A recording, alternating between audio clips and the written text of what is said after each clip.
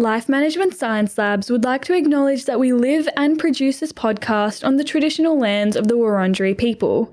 We'd also like to acknowledge the traditional owners of the lands of our listeners and our international colleagues. We'd like to pay our respects to their elders, past, present, and emerging.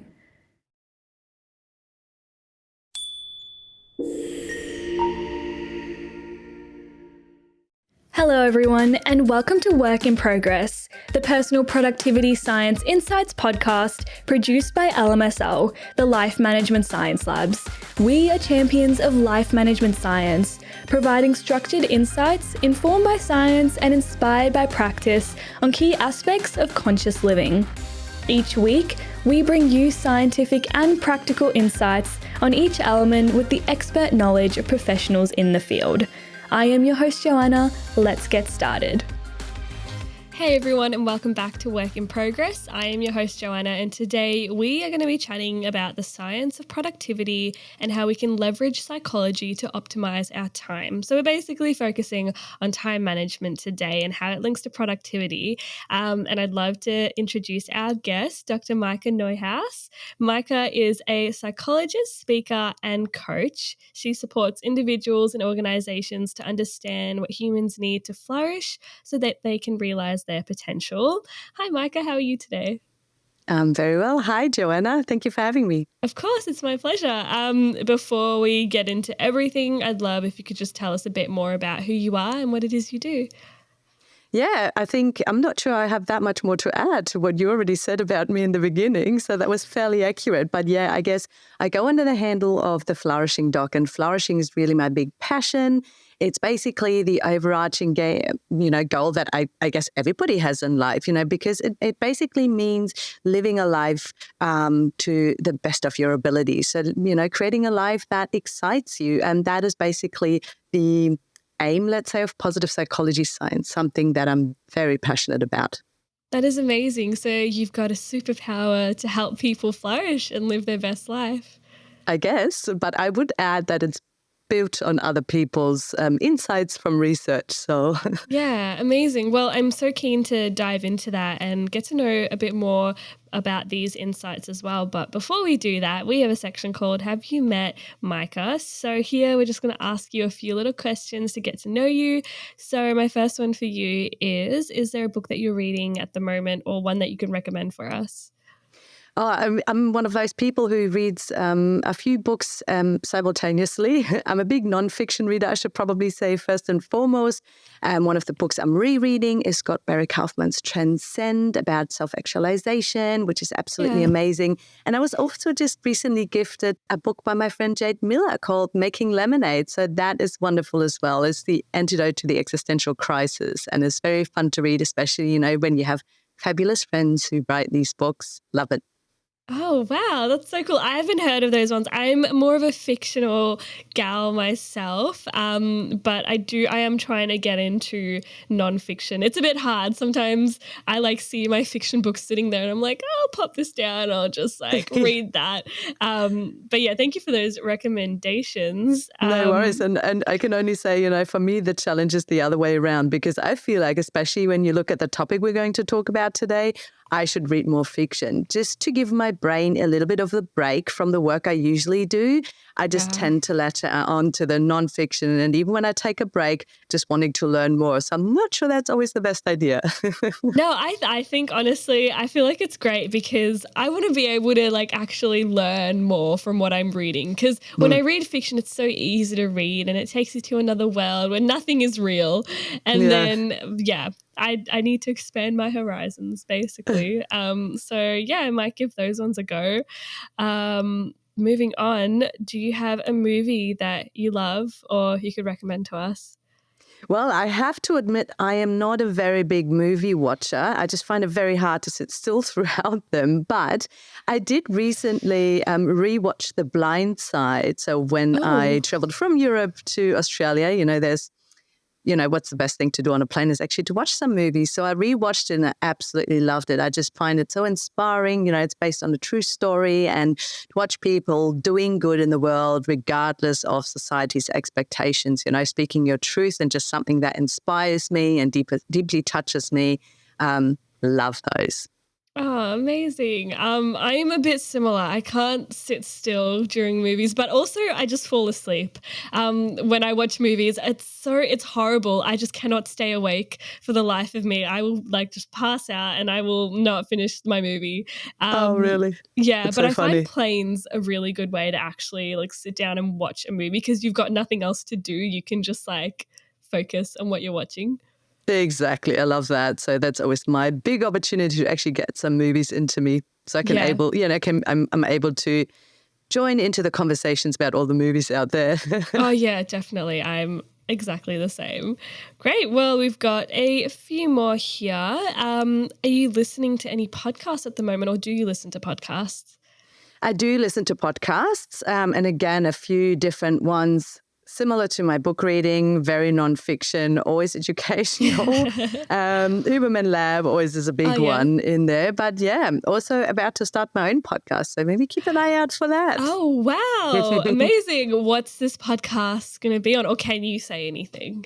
Oh, yeah, absolutely. It'll probably be somewhere on the intersection of self-leadership, positive psychology, and also leadership. I love to combine the three of them because it holds so many answers to, how we can be effective, but also how we can chase our goals and how we can inspire others to work at their best as well. So I absolutely love those. Yeah, so that's what I'm aiming for at the moment. Oh, that's so exciting. Well, I wish you all the best with that. That sounds really great. And have you thought about like people you want to bring onto your podcast, or is it just going to be solo? I'm going to co-host it together with Oh. someone, and there are a few people on our list, but I haven't finalized anything. So if I say Adam Grant now, and then he doesn't want to come onto my show, that's probably going to help nobody, not me, not the listeners. Oh, well, Yeah, that is so fun. Well, that'll be really exciting. So we'll keep our eyes peeled for that one. awesome. Um, and I've got one last question here for you. And sometimes it's a bit tricky, but do you have a famous role model or even just a role model in your life?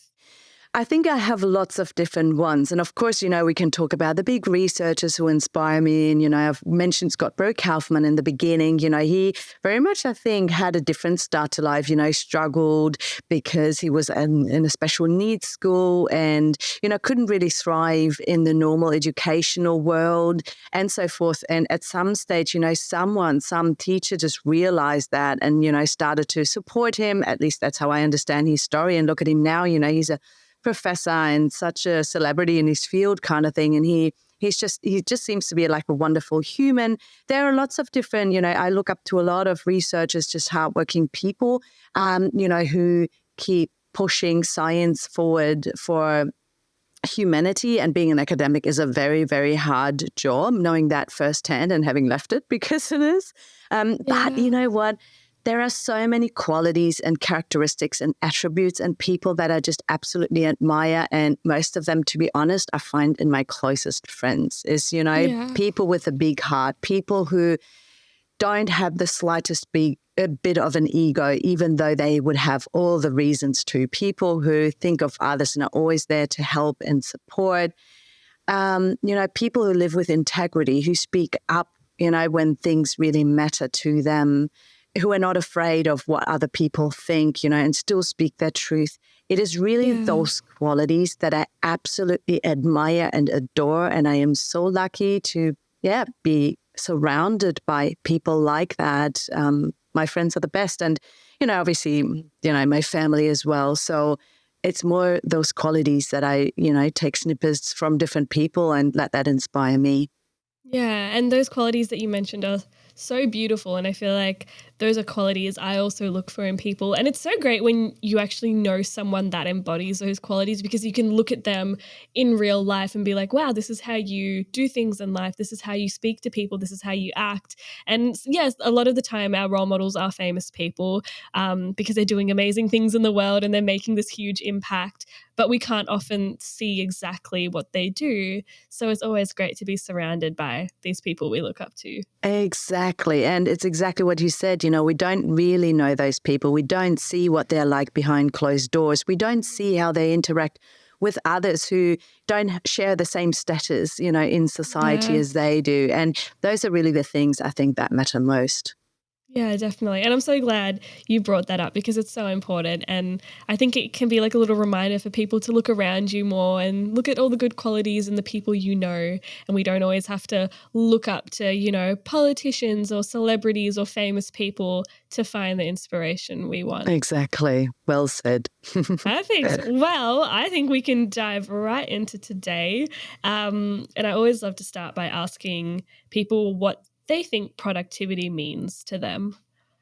Oh, I think, productivity is getting things done in a very efficient manner, things that matter to you, and in line with your overarching goals.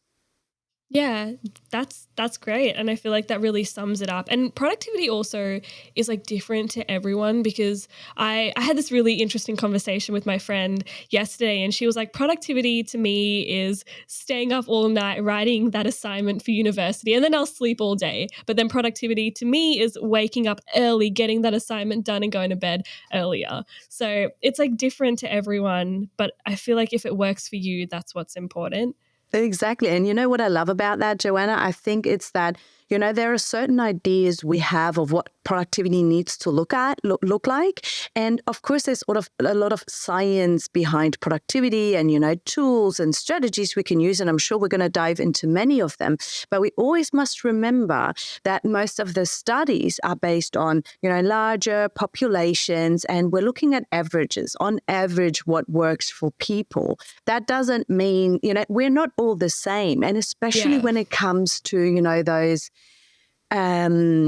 circadian rhythms and, when your brain is at its best, or for example, when your creativity is at its best, for this paper, or assignment your friend needs to write, is it more a creative pursuit for her where she needs to be creative? Or is it more, you need to be on your A game when it comes to cognitive reasoning or something like that, something more perhaps happening in the executive part of the brain. So, always looking at what works best for you. And then perhaps even regardless of the science, but adapting that to yourself, I think is so important and gets often forgotten about when we look at big social media accounts, where people give all these tips that might work really well for the average person and for the broad, part of society.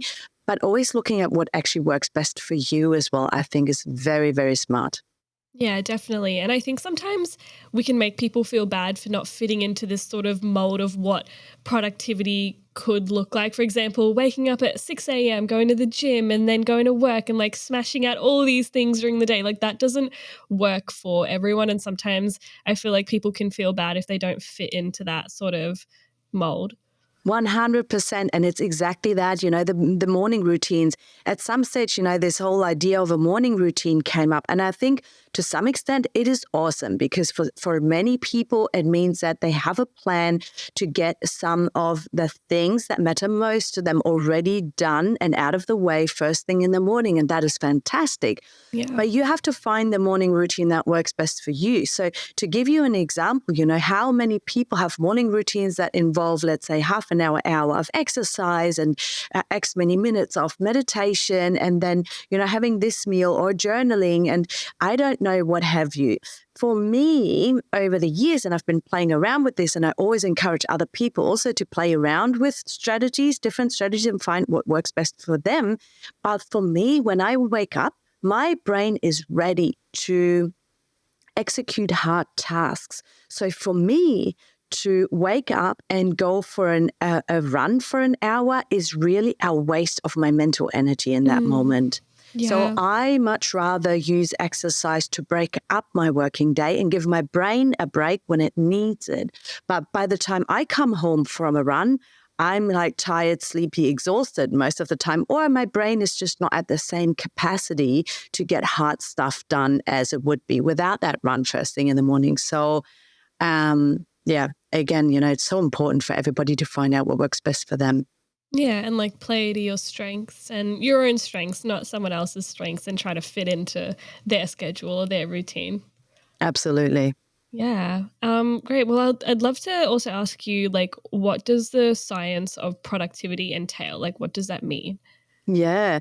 I mean, basically, the science of productivity is this multidisciplinary field, isn't it? About how we can achieve goals most efficiently. So it includes, if we talk about psychology, which obviously we'll be talking about the most because that's my background, includes different streams of psychology. So, think about behavior management, and habit formation, getting the hard things done even when you don't want to, and even when they're tasks that you don't naturally like doing.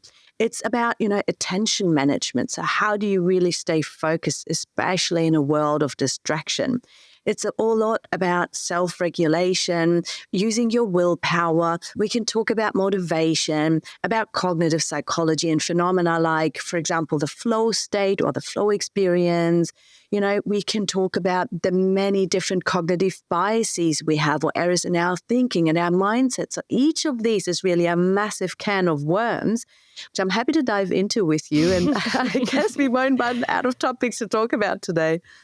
No, definitely not. And we can certainly open that can of worms. I'd love to dive into all of that. And when I was doing some research on this topic before, I came across this interesting point about how productivity and motivation is like linked to our natural desires. So we're more likely to do the things that we're naturally drawn to, as opposed to like the things that we're like, not really interested in that. I know I have to do it, but I'd rather do this thing that's not as important, but I actually like doing it.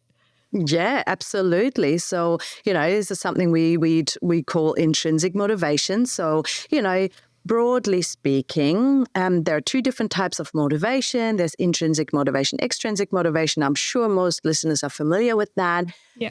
So intrinsic motivation being we do something just because we inherently enjoy doing. And of course, we will prioritize those tasks if we haven't learned maybe some other strategies to deal with that. So, for example, one of the strategies is something, called, it's like an Eisenhower metric. So where you can plot in a 2x2 sort of graphic urgency and importance of tasks. So urgency being high or low and importance being high or low. So plot all the tasks you have for the day across these metrics and then focus on those tasks that are most urgent and most important. So that gives you an idea, for example, how you should be prioritizing, to get your work done. And maybe something else that is related to that, a little strategy called Eat the Frog. I know it sounds awful, but the whole idea of doing the hard tasks first, because they're the ones that we tend to put off, as you said in the beginning. They're the ones that we delay. They're the ones we procrastinate on. And what happens, though, is that they keep hanging over our shoulder for the rest of the day and make us feel horrible. Yeah. And we know from, positive psychology science, for example, that it is so important for us to be in a regulated sort of positive emotional state. Doesn't mean we need to be like happy, cheery, yay, super excited all day long, but we want to be in a regulated state because it really helps us to be productive. We know this from so much research that when we're in a positive emotional state, we are more innovative, we are more productive, we feel better, we have better relationships with others. And this has a lot to do with what positive emotions do to our brain and how we function and how we can, relax and how we can, as I said, build relationships with others and so forth. So basically being able to use the whole full spectrum or repertoire of what our brains have to offer. So this is basically the opposite of that tunnel vision we get when we're in that fight or flight response and freeze and fawn and what have you. Which we tend to get into if we procrastinate tasks and then start feeling bad about ourselves. We might start feeling anxious and so forth. And that has a really negative impact on our ability to think and be productive. So, there's a lot to say about doing the nice things first or not. Yeah. And how can we leverage this sort of awareness about how our minds work to better our time management? Yeah. In lots of different ways. So, for example, if we stick to the whole concept of intrinsic and extrinsic motivation, right? There's actually, so people are familiar with those two, but then there's actually a lot of different types of extrinsic motivation. And it's like a continuum we can kind of slide across, and a few certain things we can do to help ourselves kind of increase at least that extrinsic motivation to a point where it almost feels similar to intrinsic motivation. Although I would argue intrinsic motivation is something you either have or not. It's a little bit more like your personality, the things you naturally like is kind of quite, deeply instilled. But we can increase our extrinsic motivation to a point where it feels very similar. And we do that, for example, by understanding our own strengths and making sure we use our strengths, or by understanding our own values and what deeply matters to us, and hopefully choose tasks that very strongly align with our values, or find the common denominator between the goal and our values. So to give you an example, at work, if we work in a bigger organization, how they always say, find your why and so forth, but they also talk about aligning your own values with the company values, or choosing a company in the first place that aligns with your values, because it makes so much sense on so many levels, but it most certainly will mean that you are more motivated because it drives your intrinsic motivation, or it maximizes your extrinsic motivation. Yeah. Also getting to know yourself, understanding who you are and what your identity is, who you'd like to be. Because if you can see how a task you need to do, even if it's hard, how it aligns with your own identity. I am the type of person who brushes her teeth at least twice a day. I'm not doing that because I think brushing teeth is the most enjoyable thing in the world, or, my favorite activity to do. But how many people of us do that because, it's important to us. We're the type of people who look after our health and well-being. We are the type of people who like to be hygienic. We're the type of people, whatever. And so that's how we turned brushing teeth into a habit that is now so ingrained for most people, I hope, I think. You'd hope so. That they just do it, whether they enjoy it or not. And so we can use those things. And maybe two other things that I haven't mentioned that are super important are autonomy. So having a say in when and how you do tasks, and maybe also what tasks you do. Yeah. Autonomy really helps us to feel motivated. And also another factor that is referred to as relatedness. So these terms stem from something we refer to as the self-determination theory in psychology. So relatedness basically means if you do a task together with or for someone else, maybe for the greater good, maybe for a group of people you like to help, or, together with someone where you can support each other and so forth, absolutely improves or increases our motivation as well. So there are lots of things we can do to, once we understand the psychology behind a few of these different things, to harness that to increase our productivity. Yeah, and that's really interesting. And before you mentioned procrastination, and it kind of reminded me of the mental tendencies we have that can sort of stand in our way sometimes of being productive and using our time wisely. Are there any other sort of tendencies that people have that we can kind of unpack? Yeah, there are so many mental tendencies or cognitive biases. And so, we have habits, and most people understand that we have habits, in the actions we do, but we also have habits in the thinking we do. So people are familiar with mindsets. Everyone is familiar with fixed or growth mindsets these days, right? Yeah. So we have mental tendencies. They're not all bad. They can be very good. If we start to cultivate really healthy productivity habits, well, they are all mental tendencies that are really good for us. And by the way, any habit is a huge energy and time saver as well. So please go for good habits. But we can have negative mental tendencies. So, for example, a tendency to delay tasks that are less appealing, like you said in the beginning. It's a tendency of ours. So we need to be aware of that so we can counteract that if it's important. If you have all the time in the world and it doesn't matter really to you or anyone else when you get what task done, do whatever you like. But if it matters, knowing of it can help you to counteract it, so eat the frog first. But there are some errors in our thinking or cognitive biases, like, for example, a planning fallacy. So, for example, people often underestimate the time we need to complete a task.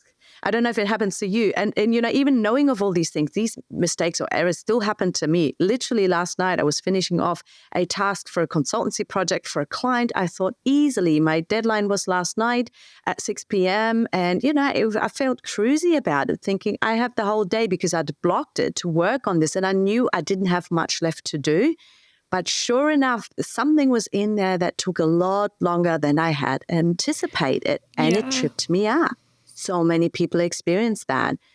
So good to be aware of that, because it means that you can plan ahead accordingly, leave more time, set realistic goals, and maybe leave some time in your schedule, even between tasks, between meetings, between projects.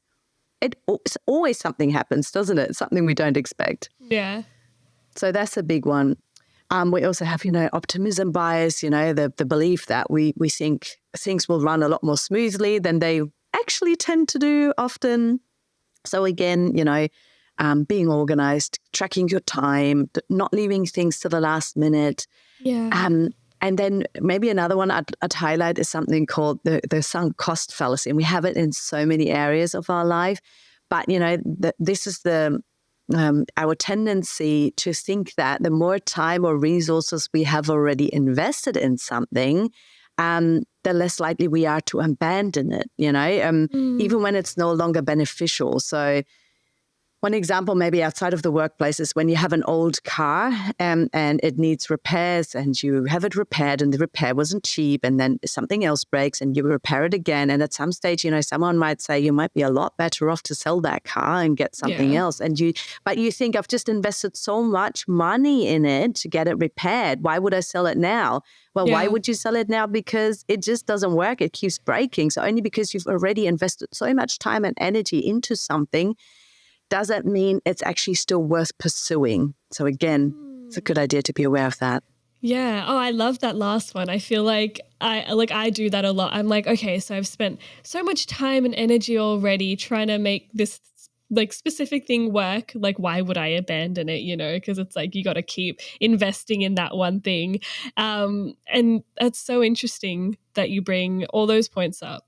Yeah, and I think it's because it hurts, and I also often take mental notes. Like, for example, if I've written, an article, whether that's for my own website and blog or for someone else's, I have a few sort of paid, writing arrangements as well. And sometimes, I spend so much time writing a paragraph and researching for it and so forth. And in the end, it doesn't really fit into the story or the flow of the entire article. And it takes me so long to really abandon that piece just because I've invested so much into it. But abandoning it might be the best thing you could possibly do. You come up with a much better piece of work or piece of writing or whatever.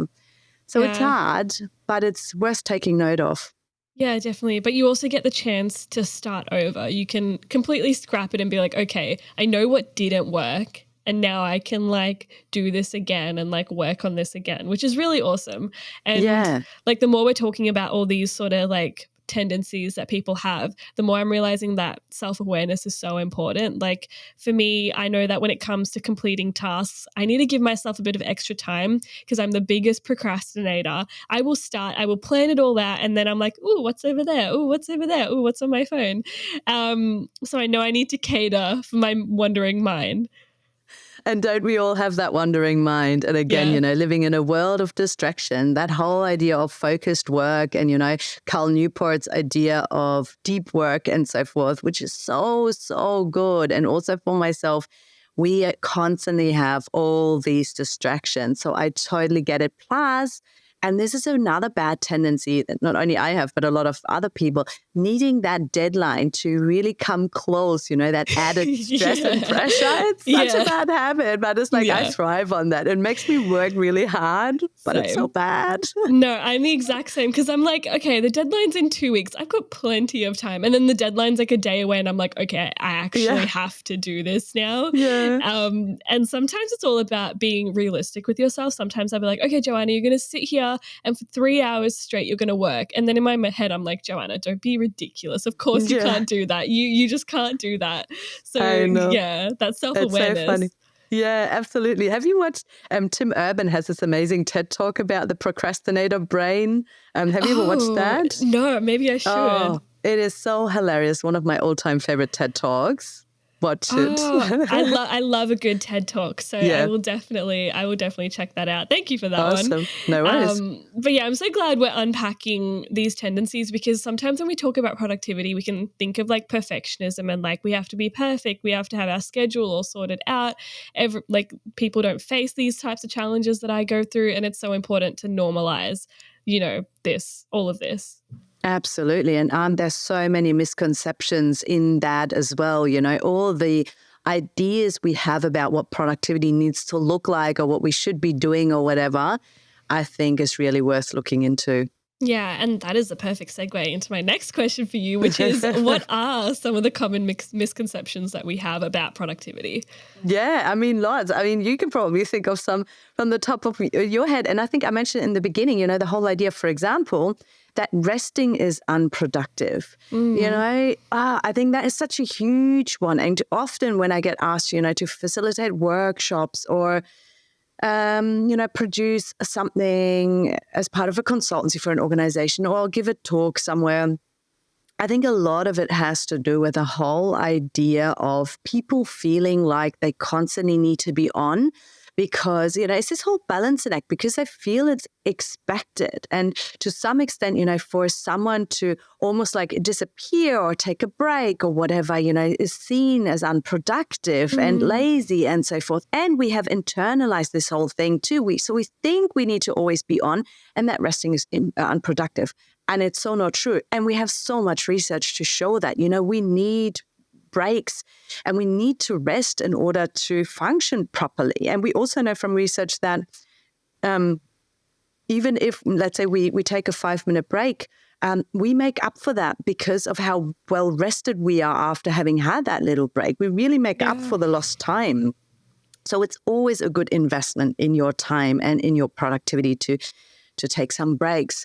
And even, some people argue, oh, but I love my job. And I would have probably argued that too a few years ago. I love my job and I love the work I do and so forth. And I really am the prime candidate for this because I have to force myself to pull myself away from my laptop and actually go and take a break. And it's so important because also when you're fully engaged and also when you love the work you do, it has a taxing impact on your body. It is still exhausting for your body and for your brain. You need to take rest. So that would be another misconception.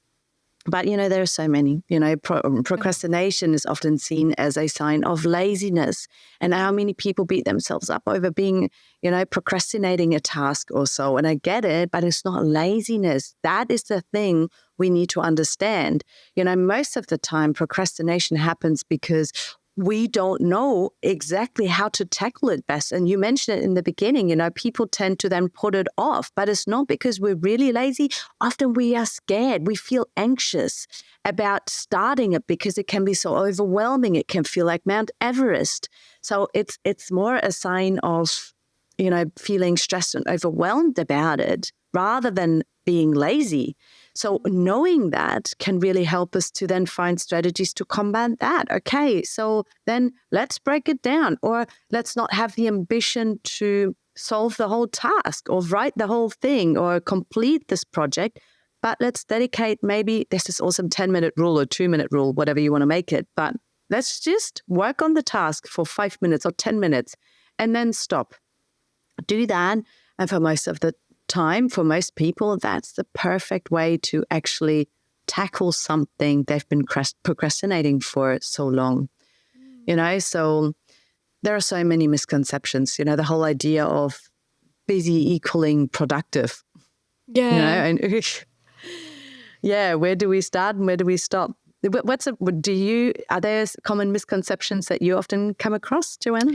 Oh, I don't know. I guess one is that you have to compare sort of your productivity to someone else's in order to determine if you are actually being productive, and I hate this idea of comparison being so intrinsic to productivity because it's not, because I feel like it's so unproductive to be like, okay, this is how I'm doing. This is how they're doing. Oh my goodness, they're doing all these things and being more productive than I am. How do I be more like them? Oh, that is such a huge one and one I'm hugely passionate about because again, we are comparing our inside to someone else's outside. And how many people out there are productive and are achieving, huge outcomes? And I can give you an example from my own closet again. I'm always the perfect negative example myself. That they actually aren't really happy with, or that doesn't necessarily align with their values. So they end up with something they may as well throw in the bin. And all of a sudden, you have accomplished way more than they have. So just to give you an example, in a few years ago, maybe, I can get a lot done in a short period of time when I'm focused, when I have a good structure. Like, I do practice what I preach, and I do use the tools I talk about here as well. But it resulted in me sometimes creating products. So, for example, an online course that I've since parked, that I had, in the end, it was done and it was, polished and probably, looking good to the outside and everything. But I somehow just wasn't really 100% happy with it. And therefore, I never marketed it. I never really tried to sell it. And in the end, I took it off my website.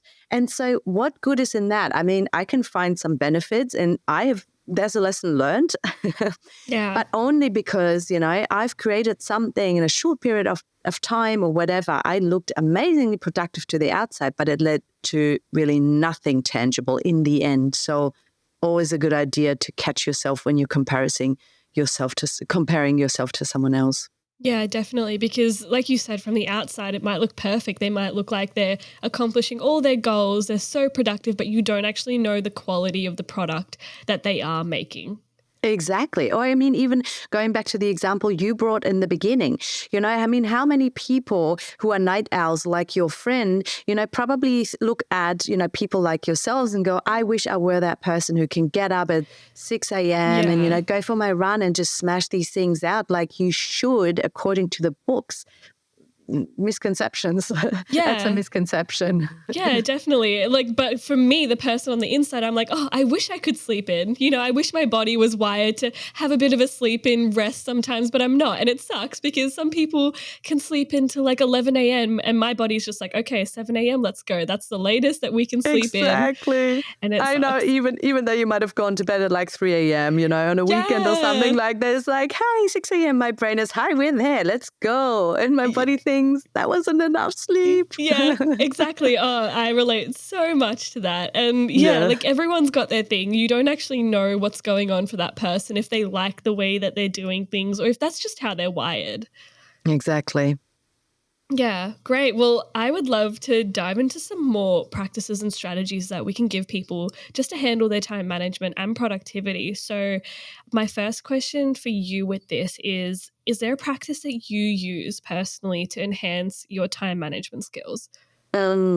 Yeah, look, I use lots of different ones. So I'm a huge fan of flexibility, adaptability, and I think it's super important to look at what works for you, which I've already mentioned, but also when something works well for you as opposed to maybe, at some other times. So for example, eat the frog is something I do when my schedule is very full and I need to make sure like there is no room for procrastination at all. And I need to ensure that I get the most urgent and most important tasks out of the way, whether I like them or not. So I'm loving the eat the frog method for those scenarios. But it's also things like, I spoke about Mount Everest earlier on, the whole idea of when we do procrastinate. And I have this too.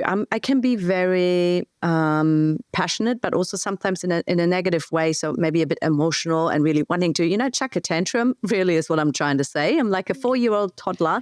Sometimes, if I don't like the task, I want to just push it away, or if it's just too huge and so forth. So this 2-minute rule or 10-minute rule, whatever it might be, and you can adapt it to whatever you need and to whatever you think you have capacity for, but making a deal with yourself that instead of just pushing it to the side, you will actually commit some time to this task with no expectation of outcome, but you just set a time and you say, okay, literally, I'm just going to do this task. I'm going to look at it and see, what I can progress for 5 minutes or for 10 minutes. Yeah. It helped me immensely because most of the time what it does is that I actually, instead of pushing it away, I'll look at the task, I'll look at what I actually need to get done. And most of the time, the first thing I do is to break it down anyway. All right, what's the first step that needs to happen for me to progress this? And that helps because all of a sudden, Mount Everest has shrunk to Mount Cootha, for anyone who's in Brisbane, probably no one. So it becomes tiny and, very doable. And most of the time, I actually feel like progressing it intrinsically almost, So that is most certainly something I do as well. Something we haven't spoken about that I'm a huge fan of is planning ahead.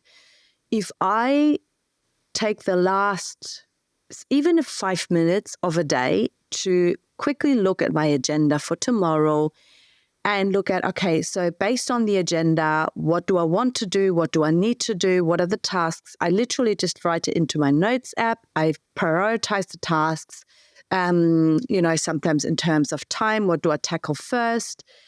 And I just write it down. And for me, what it means is that when I wake up and when my brain is switched on and ready to go and wants to achieve something, I go through that list and it feels so good. I get stuff done. And so for me, planning is so helpful, or planning the week ahead, planning the month ahead, whatever works for you. And it also depends, obviously, on your schedule and on your work and so forth. But planning is a huge one for me.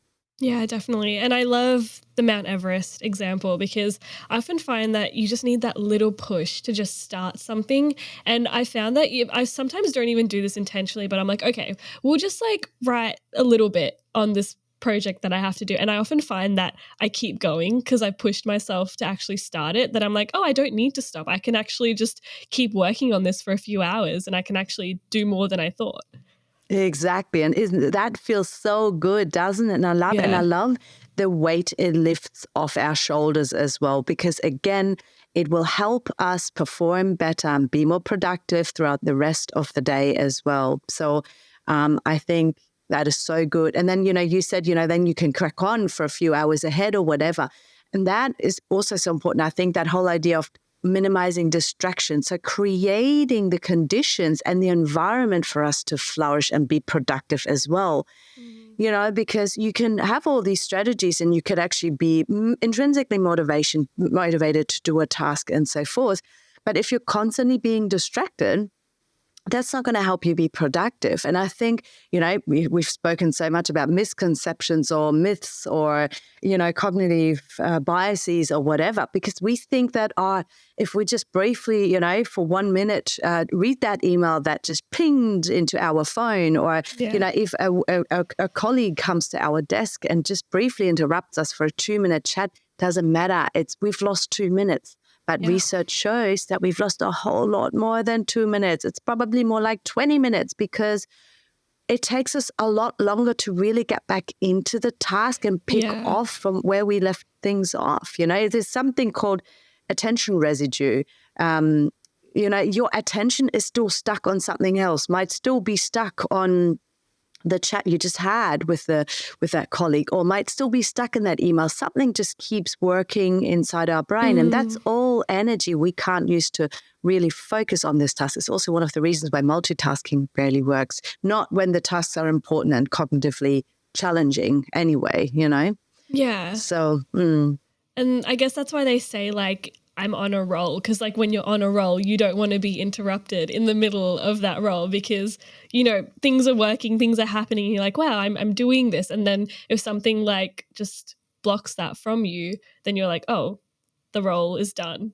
Exactly. And the roll, another term we can use there is the flow state. Not sure if you've heard about it, but Csikszentmihalyi, one of the most famous psychologists of all times, he coined the term, and he sort of conceptualizes that whole idea of when you're in the zone, when you're doing a task and you're so immersed that you kind of forget, you lose track of time, or time somehow becomes warped. You almost become one with the activity you're doing. So maybe a lot of people might be able to relate to that if they play an instrument, for example, doing something creative, or they paint or whatever. So when you do that and you just completely lose track of time, that's the flow state.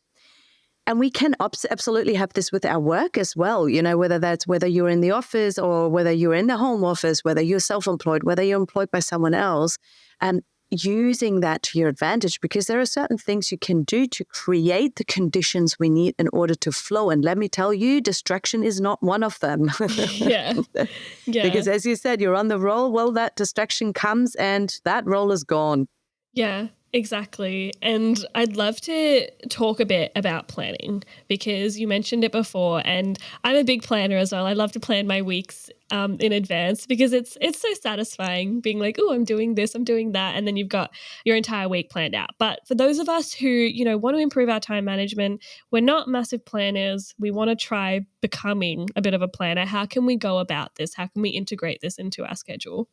Well, I think that's a big question. I think, it depends on your work. It depends on how your life is structured. So just looking at, are we talking about, structuring your work, or are we talking about structuring your life? Because you can plan anything. You probably know exactly when you have to do what. Do you like fixed meal times, for example? Or are you a person who hates the idea of routine with a few things and you like to keep flexibility there? So I guess the first thing to determine is what your life usually looks like, and also what is important to you, where it's important for you to have structure and where it's important for you to have flexibility and room for spontaneity.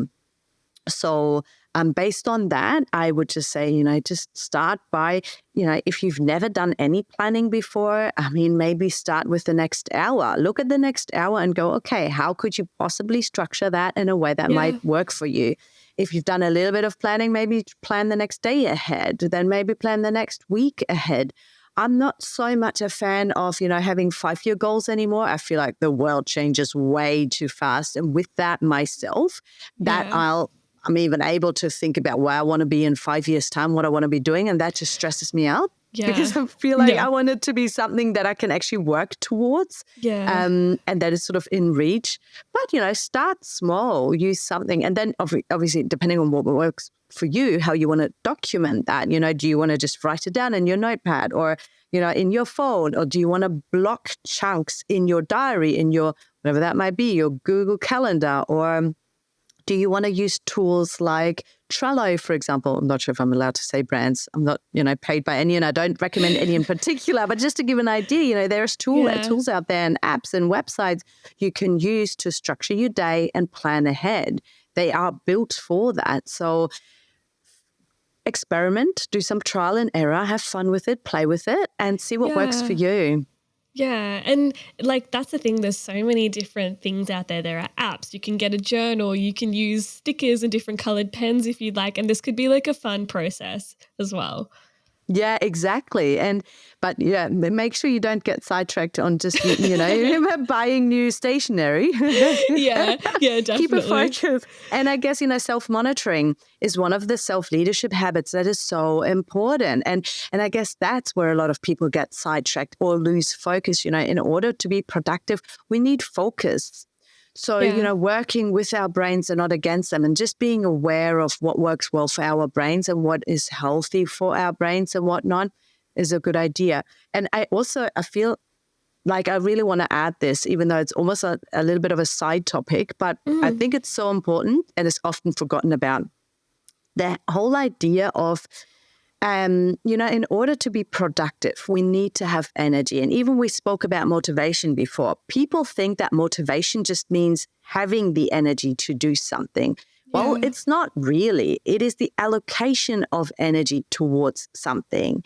The energy needs to come from somewhere else. Where does it come from? So the point I'm trying to make is even productivity starts with a healthy foundation of good lifestyle habits. So things like getting enough sleep, and obviously all of this impacts our brain as well. Getting enough sleep, getting enough short breaks throughout the day, eating well and eating enough, also eating not too much, or staying hydrated, try and, minimize your alcohol intake or, or moderate it or what you want to call it.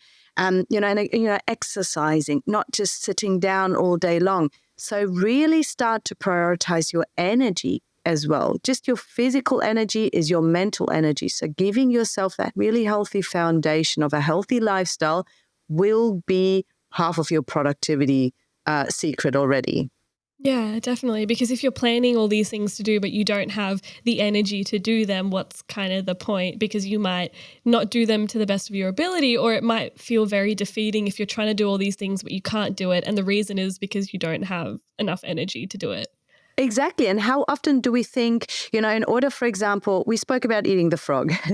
How often do we need to do tasks that we don't necessarily enjoy doing? Well, what do we need in those moments? Willpower. We will be relying on our willpower. Well, what is willpower? Willpower is a little bit like, extra effort we allocate to something. It's the opposite of being in a habit for things to happen automatically and without having to make decisions. Decision making is a huge energy consumer, basically. And maybe the listeners have heard of decision fatigue, because making decisions is really taxing for the brain. Yeah. So, just making sure that we understand the correlation or the relationship between the energy we have available and being able to actually have willpower. And I always like to say willpower is a little bit like an energy drink. If you've had a good night's sleep, and if you have a healthy lifestyle and you make sure you eat well and blah, blah, blah, let's say you have about one energy bottle of willpower in the day that you start sipping from in the morning. So I really would like to think of willpower as having this circadian rhythm or 24-hour life cycle kind of thing. If you have a good night's sleep, you also have a lot of willpower. If you tend to your needs, your physical, mental needs, you will have a lot more willpower as well. So just, and that's also why eating the frog works well, because in the mornings, we still have our bottle of willpower is still relatively full. So making sure we use our willpower and the energy we have available to use our willpower for the most important tasks, So energy and looking at what consumes and replenishes or preserves our physical and mental energy throughout the day is so important if we want to be productive.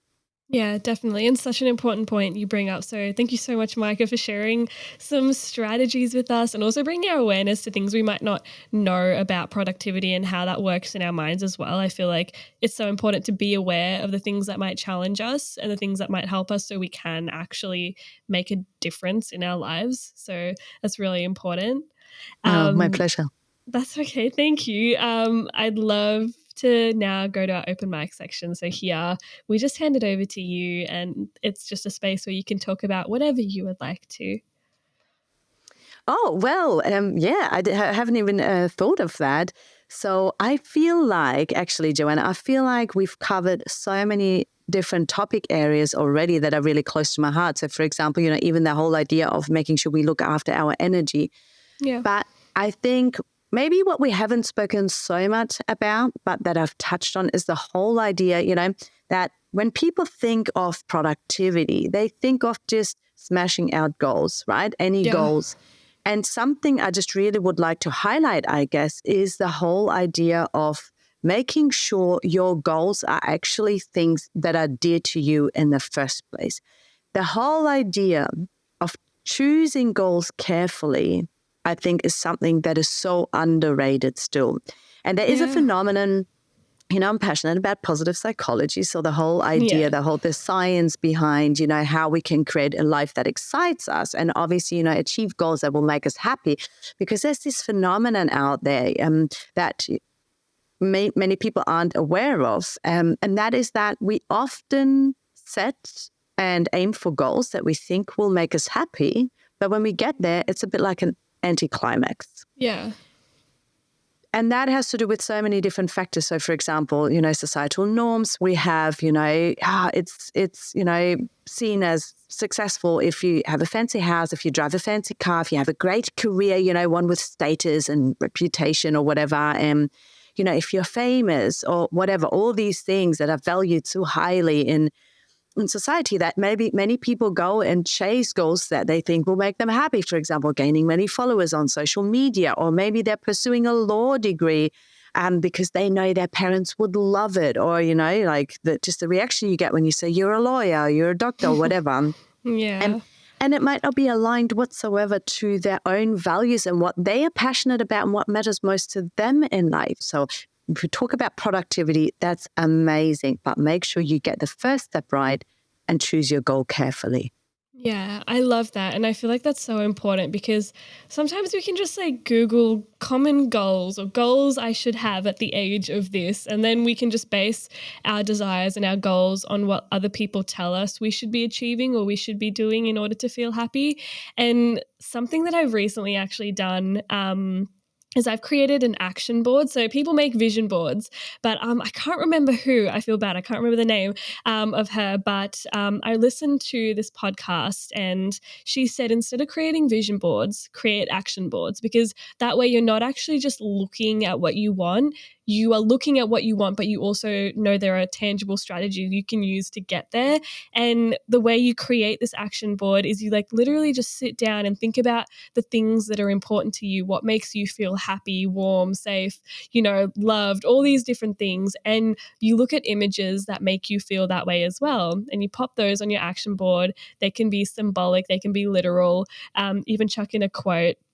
And like you're actually working towards this life that you want and you can see it in front of you and there are strategies you can take to get there. And that way you're actually basing your goals on what's important to you and what makes you feel alive, essentially. Oh, I adore that. First of all, I adore that you said what makes you feel alive.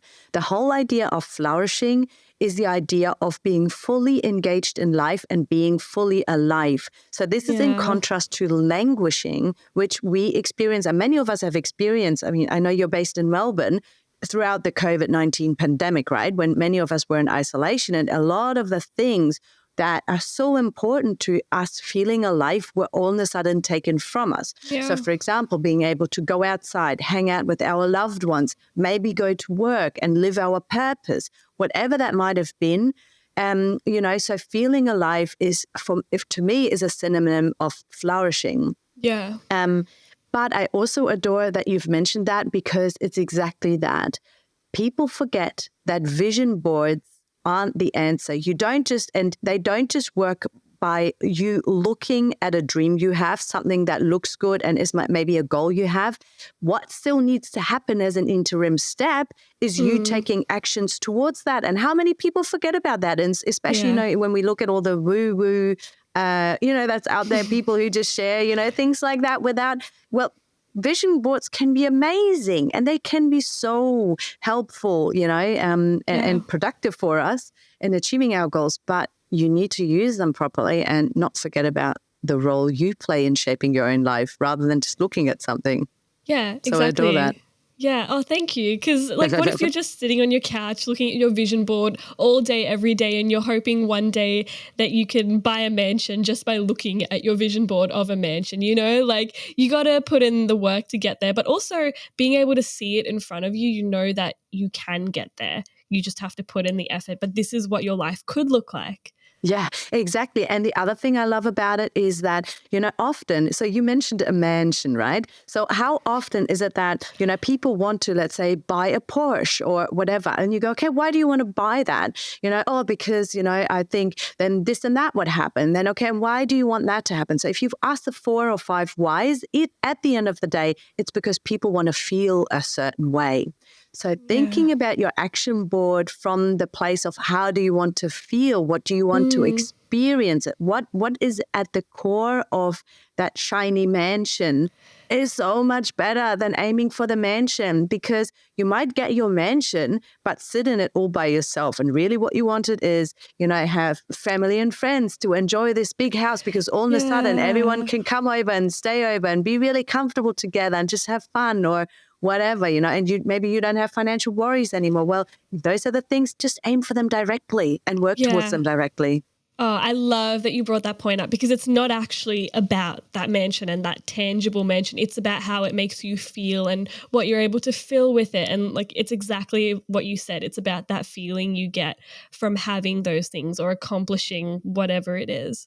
Exactly. And it's the same with maybe non-materialistic stuff as well, I mentioned before, studying law or whatever, but, what is it about that is actually important to you? And does it really have to do with the profession of being a lawyer, or does it have to do with maybe helping other people and, create some justice or whatever? And surely there are a million other ways you can do that without being a lawyer, so it's really a good idea always to be aware of that and dig deep into those sort of things.